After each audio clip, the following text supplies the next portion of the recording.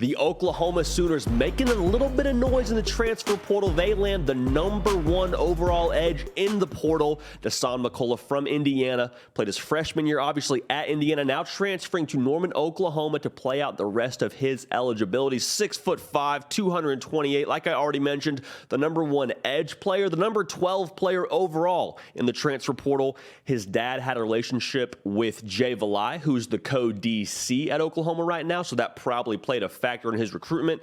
Also, Brent Venables and his staff had a relationship with McCullough at a high school, which factored into this as well. But this is an absolutely enormous get for Oklahoma for a couple of reasons that we're going to get into. But the first thing that I'm looking at with why this is impactful for Oklahoma, kid's only 19. 6'5", 228. He was a DB at times in high school. He's still transitioning into that edge position. So the bottom line, he's going to get better. He had a good year last year at Indiana. 4 sacks, right around 30 tackles, which is a really productive freshman year for him just learning the position. But he has a lot of ball left ahead of him that I think is going to translate really well in this Brent Venables scheme defensively. Also, they get his brother, who is a safety, a 4-star consensus on-3 player, so a little package deal there. But when you look at Dasan McCullough, couple of things stand out. The first is obviously the size, 6'5", and so he's got good length, kind of that prototypical mold that we're starting to see more and more of these edge defenders at the elite level, that is. But then he's also extremely twitchy. Like, you can't teach big and you can't teach fast. And Dasan McCullough has that frame and that natural ability that's going to make him a problem for years to come in Norman. And the upside with him, I think, is the most scary thing. He's still going to add weight. He's still going to have a couple more years in the college weight room, continue to develop physically and get more of a college to professional kind of frame/body type. Like, he is going to do some really good things in Norman, and he has the upside, I believe, to be a game wrecker in Norman. Someone that can just take over a Saturday afternoon, and you look at the stat sheet and say, oh, Dasan McCullough had 3 sacks. Yeah, he's that special, and he has that much potential to where he could do some really, really big-time things on a national level for that program. So they landed an absolute dude in Dasan McCullough. If you haven't already subscribed to the channel, we'd love to have you at the party.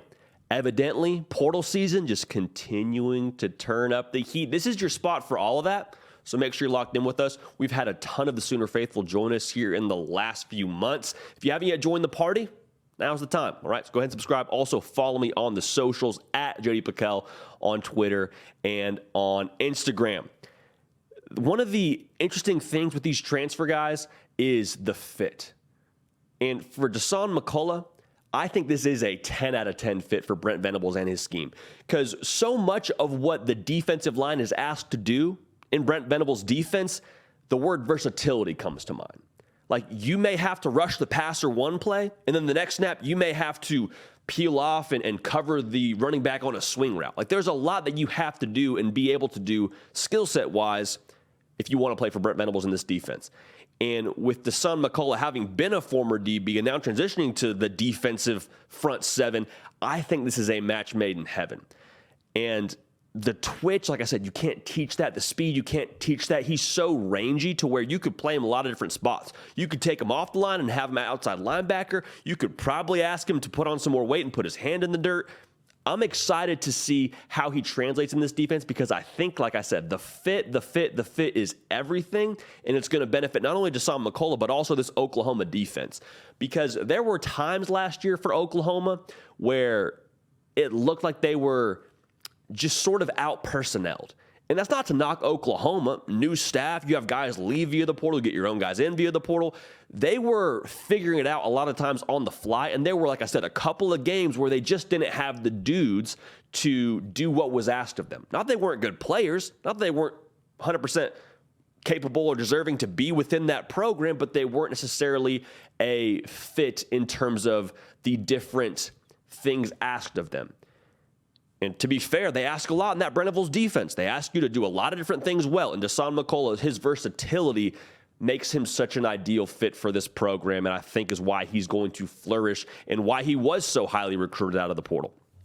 So that's something I'm excited about, because you think about these defensive lines for Brent Venables in the past, you think of, these Clemson defenses. The defensive line is the calling card. That's the tip of the spear for them. And that's what Brent Venables has made a career on as a DC at Clemson. And one of the reasons why he got the job at Oklahoma. So for him to get a piece like Dasan McCullough through the portal, I think he's going to be an early impact guy right away and someone that you hear a lot about on a national level in the years to come. So this is a big get. I've already mentioned that a couple of times for reasons between his freakish athleticism and his potential and what he can be for Oklahoma and in terms of their defensive scheme. But let's look at the bigger picture here. Because what this kind of get tells me for Brent Venables and his staff, they're going to be on offense in the portal. They're not content to just sort of sit on their cards and say, okay, what can we do better as a staff internally? You know, how can we help our personnel? I'm sure they're doing that. That's a part of coaching. It's a part of running a program. But they're now going on offense and saying, hey, we need to retool this roster to give ourselves the best chance to win as much as possible in year two. Because that's the day and age of college football. With the transfer portal, the expectations are win now. You see other coaches around the country doing it. We're going to ask that of you too, Brent Venables. And for them to go out and get a guy like Dasan McCullough, one of the top players in the transfer portal, I think it's a very good sign for the direction of this program going forward. And I promise you, Dasan McCullough is not going to be the last big name you see head to Norman. I mean, we've got this window here with the portal, 45 days. Look for Oklahoma to continue to be a player and a factor in a lot of these guys' recruitment. They're going to recruit hard on the recruiting trail as well, obviously, at the high school level. That's important. Signing day is around the corner. Got you locked in here for that as well, so make sure you're tuned in. But through the portal, they're going to have a sense of urgency. And you love that from Brent Venables in just his second year, going into his second year, rather, as the head man at Oklahoma. So Dasan McCullough, a huge, huge land for this staff. Like I said, tons of upside, tons of potential, all the physical tools in the world. The Sooners got a big one. This is The Hard Count. I'm JD Piquel. We appreciate you locking in with us. We got you covered 12 months out of the year. Nick Brake doing every single thing that you see here from a production standpoint. This is your show. We say it all the time. We are the people's show. So everything you know and that you love about this sport, we got you covered. We're going to keep the party rolling, and we will see y'all next time.